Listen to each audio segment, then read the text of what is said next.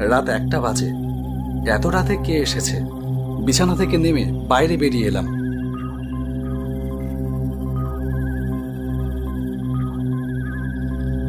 বেরিয়ে এসেই দেখলাম এক অবাক করা কাণ্ড। রথিন এসেছে। উফ, নিশ্চিন্ত হলাম এতক্ষণে। রথিন যখন এসে গেছে তাহলে আর কোনো সমস্যাই নেই। সকালেই কাজটা রেডি করে ডেলিভারি করে দিতে পারবো। কিন্তু কি অসম্ভব দায়িত্ববোধ ছেলেটার। এত শরীর খারাপ নিয়েও সে এসেছে। ওর কর্তব্য বোধ আমাকে মুগ্ধ করলো। রথিনকে কিছু একটা বলতে গিয়েও থেমে গেলাম। মনে পড়ল কাজ করবার সময় ও কথা বলা পছন্দ করে না। থাক, ও ওর মতন কাজ করুক। আমি ফিরে এসে ঘরে শুয়ে পড়লাম। রথিন কাজ শেষ করে কখন বাড়ি গেল কে জানে।